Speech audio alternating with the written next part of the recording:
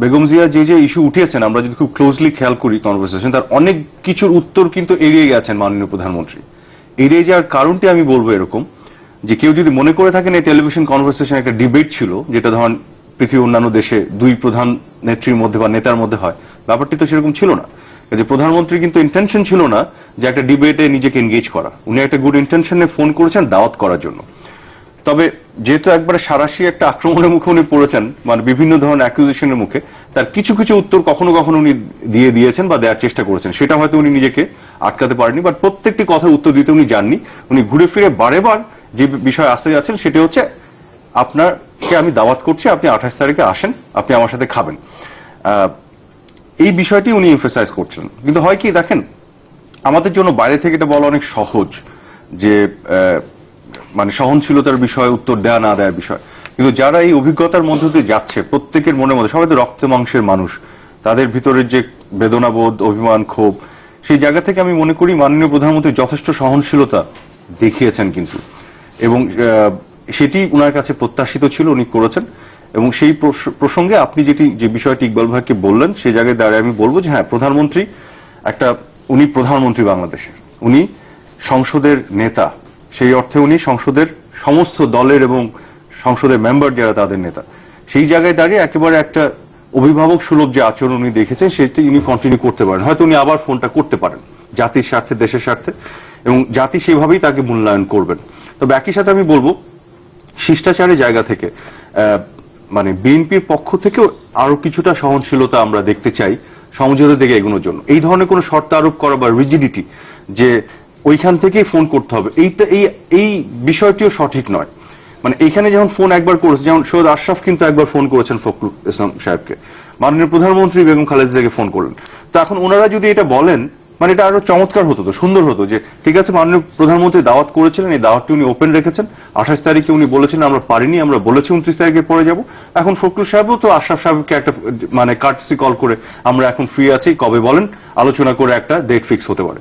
বা আমি মনে করি আশরাফ সাহেবও ফোন করতে পারে, দুই দিকটাই ওপেন থাকতে পারে।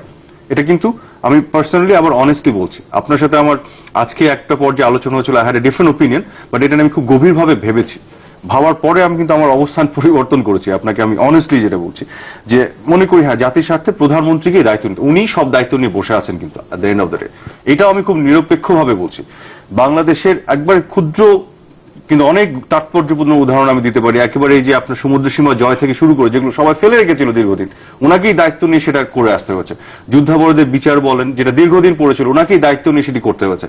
বাংলাদেশের যারা বন্ধু ছিল 71 সালে, তারা তো আওয়ামী লীগের বন্ধু নেই, দেশের বন্ধু ছিল, তাদেরকে স্বীকৃতি দেওয়ার দায়িত্ব এই প্রধানমন্ত্রীকে পালন করতে হয়েছে, দীর্ঘদিন পড়েছিল। কাজে ওনার দায়িত্বের জায়গাটা অনেক বড়, বাংলাদেশের মানুষ সেটা প্রত্যাশা করে। সেই জায়গা থেকে আমি পরবর্তীতে চিন্তা করেছি যেটি, যে প্রধানমন্ত্রী হয়তো আবার ফোন করতেও পারেন বা করা যেতে পারে, কিন্তু প্রতিপক্ষ থেকে এই ধরনের শর্তারোপ করা যে মন্তব্যগুলো, এগুলো না আসা ভালো। যদি আমরা ধরে নিই যে বেগম খালেদা জিয়ার যৌক্তিক বা অযৌক্তিকভাবে অনেক রাগ ক্ষোভ যাই ছিল, প্রধানমন্ত্রী তো কম থাকার কথা না, ওনারও তো অনেক অভিযোগ আছে 15 আগস্টকে নিয়ে, 21 আগস্টে বড় বড় অভিযোগ, সবকিছু আমি বাদ দিলাম। তো প্রধানমন্ত্রীর সাথে কথোপকথনে যদি অনেক রাগ ক্ষোভ ঝেড়েও ফেলে থাকেন, প্রধানমন্ত্রী সহনশীলতার সাথে নিয়েছেন, এখন তো অ্যাটলিস্ট তাদের আরেকটু সহনশীলতা জেস্চার, এই পজিটিভ জেস্চারটা আমরা দেখতে চাই। কিন্তু এখানে আমার ভয়ের জায়গাটা হচ্ছে, একটু আগে আরেকটি টক শোতে আমি ছিলাম, যে একটি অন্ধকারের শক্তির কথা বলা হচ্ছে, যে শক্তির প্রভাব কতটুকু আছে, যার প্রভাব আমরা শুক্রবারের সেই জনসভায় দেখেছি। তাদের কি মোটিভ? এই যে শুক্রবারের যে জনসভা বেগম খালেদা জিয়া করলেন 18 দলে, যেখানে সকাল 7টা থেকে আমরা দেখেছি সেই অন্ধকারের শক্তির কর্মী বাহিনী দখল নিয়েছিল। তারা ওই জুমার নামাজের আগ পর্যন্ত বিএনপির কোনো কর্মীকেই দেখা যায়, এবং বিএনপির যে ছাত্র দলের কর্মীদের সাথেও মনে করেন শিবিরের একটা হাতাহাতিও পর্যন্ত হয়ে গেছে। তার মানে বিভিন্ন লেয়ারে বিএনপিও কিন্তু তাদেরকে অ্যাকোমোডেট করতে পারছে না। এই যে জামাতে ইসলাম, তাদের যে প্রভাব কতটুকু আছে আমি জানি না বেগম জিয়ার উপর, এবং তাদের প্রভাব মুক্ত হয়ে উনি কতটুকু ইন্ডিপেন্ডেন্টলি ডিসিশন নিতে পারছেন, সেই জায়গায় আমার একটা ভয়ের, আমার ব্যক্তিগতভাবে একটি ভয়ের কারণ আছে, এটা আমি মনে করি। ফোন নিয়ে হ্যালো, আসসালামু আলাইকুম। আমি জেলা থেকে আশরাফুজ্জামান বলছি। জি আচ্ছা, প্রশ্ন হলো যে বিরোধী দলের নেতৃত্বের মানে উনি 25 তারিখ শুক্রবার বিকেল 5টায় ঘোষণা দিয়েছিল যে 48 ঘন্টা সময় দিয়েছিল সরকারকে, 48 ঘন্টার ভিতরে যদি না মানে তারা কর্মসূচি নেবে। তো 48 ঘন্টার পূর্বেই তো হলো গিয়ে আপনার প্রধানমন্ত্রী তাকে ডেকেছে মানে দেখেছেন, আর রাষ্ট্রটা পুরো হয়নি, তা তিনি এই কর্মসূচি কেন দিলেন? আর এই যে এত লোক মারা গেল, এটা দায়ী কি? এ দায়ভার কে নেবে? একটা জিনিস হচ্ছে যে সেদিনের যে কনভারসেশন ছিল যেটি, এটা কিন্তু কোনো একান্তে প্রাইভেট কোনো আলাপ ছিল না। It was a public conversation, simple as that. এবং শেখ হাসিনা এবং খালেদা জিয়া দুই ব্যক্তি কনভার্স করছেন না, দুটি পার্টির লিডার কনভার্স করছেন এবং গোটা জাতি তাকিয়ে আছে। শেখ হাসিনা যদি ফোন করেন খালেদা জিয়াকে, বা খালেদা জিয়া শেখ হাসিনাকে ব্যক্তিগত পর্যায়ে যদি ফোন করেন, একান্তে আলাপ হচ্ছে, সেটি আপনি লিক আউট করে দেওয়াটা আইনের দৃষ্টিতে অন্যায়। কিন্তু যখন পাবলিকলি ঘোষণা দিয়ে গোটা জাতি বসে আছে, এবং আমি নিজে পার্সোনালি বলেছিলাম যে যখন তারা সংলাপ করবেন, এই সংলাপ হবে এই দেশ জাতির ভাগ্য নির্ধারণী। কাজে এই সংলাপ গোপনীয় করে রাখাটাই অনৈতিক হবে, এটা পাবলিকলি করতে হবে। আমার ভাগ্য নিয়ে আপনি সংলাপ করছেন, ওখানে গোপনীয়তা রক্ষা করতে আমি দিতে চাই না। এবং এই সংলাপ হওয়ার পরে পরের দুটো দিন বিভিন্ন টক শোতে সুশীল সমাজের সাংবাদিক মহলের বিভিন্ন মানুষ এই কথাটি বারেবার বলেছেন যে কি কথোপকথন হচ্ছে আমরা সবাই জানতে চাই, পুরো কথা জানতে চাই, জানার রাইটটি এই দেশের জনগণের আছে। দ্বিতীয় জিনিসটি হচ্ছে আপনার এই সংলাপের কিছু ভগ্নাংশ বিভিন্ন জায়গায় চলে এসছে, ফেসবুকে, সোশ্যাল মিডিয়া, বিভিন্ন জায়গায়। তো সেই জায়গায় আমি মনে করি যে ভগ্নাংশ আসার চেয়ে পুরো জিনিসটা চলে এসেছে, ইট ইজ গুড। আরেকটি প্রশ্ন যেটি জানতে চাইছি, ইজ ইট বাই ডিসিশন? এটা আমি বলছি, আপনি যেটি বলছেন যে বলছেন, হ্যাঁ, এগুলো সব বিভিন্ন ভাবে আপনার কে কোত্থেকে পেয়েছে সে তার সোর্সের মাধ্যমে, এটা কিন্তু অফিসিয়ালি গভর্নমেন্ট অ্যাপ্রুভড কোনো সাপ্লাই করা হয়নি। এটা যদি হতো তাহলে আমরা তথ্য মন্ত্রণালয় থেকে জানতাম। সেরকম কেন বলছেন? প্রধানমন্ত্রী অফিসে তো মিডিয়া অ্যালাউড ছিল, ক্যামেরা অ্যালাউড ছিল, তার মানে প্রাইম মিনিস্টারের অফিস থেকে বা গভর্নমেন্টের পক্ষ থেকে এটা পারমিট করা হয়েছিল।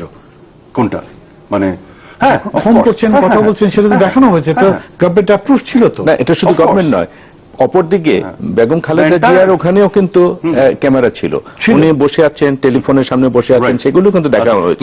এবং টেলিফোনের পরে এবং টেলি সংলাপের পরে বেগম খালেদা জিয়ার প্রেস সেক্রেটারি কিন্তু বেশ অনেকক্ষণ ধরে কি কি কথা হয়েছে তার কিছু কিছু বক্তব্য কিন্তু তিনিও তুলে ধরেছেন। ইকবাল ভাই, একটা জিনিস, যখন আমি আপনি এখানে আলাপ করছি, মিডিয়ামটা হচ্ছে সরাসরি, ওনাদের আলাপটা ছিল ফোনের মাধ্যমে, কিন্তু এটা কোনো গোপন সংলাপ ছিল না, এটা পাবলিক সংলাপ এবং জনগণ জানতো। কাজে এটাকে লিক আউট করার বিষয়টি আইনের দৃষ্টিতে আসবে না। সর্বশেষে আমি একটা জিনিস বলতে চাই, এই হরতালের এবং এই সহিংসতা এবং এই ক্ষতির দায় কে নেবে? আমরা প্রত্যেকদিন টিভিতে দেখছি সরাসরি আপনার বাসে যেয়ে আপনি বোমা মেরে দিচ্ছেন, সাধারণ মানুষ দৌড়ে পালিয়ে আসছে, এগুলো তো ফৌজদারি অপরাধ। এই যে প্রতিনিয়ত যে ফৌজদারি অপরাধ হরতালের নামে করা হচ্ছে, এই ফৌজদারি অপরাধকে আওয়ামী লীগ ঠেকাবে নাকি এটা প্রশাসন ঠেকাবে? ফৌজদারি অপরাধ ঠেকানোর দায়িত্ব পুলিশ, এবং পুলিশ যখন এই ফৌজদারি অপরাধগুলো একটার পর একটা ঘটছে, যে সহিংসতা এবং তার ফলে যারা মারা যাচ্ছে, যারা ক্ষতিগ্রস্ত হচ্ছে, তাই দায়িত্ব যারা হরতাল ডাকছে তাদের নিতে হবে এবং ভবিষ্যতেও নিতে হবে। আমি এটি মনে করি অতীতে যা হয়েছে, আপনি হরতাল ডাকবেন, আপনার এই যে কোনো ক্ষতির দায়িত্ব নিয়ে হরতাল ডাকতে হবে। এইভাবে ফ্রি মানে ব্ল্যাঙ্ক চেক আমরা কোনো রাজনৈতিক দলকে ভবিষ্যৎ দিতে চাই না, দিতে পারি না।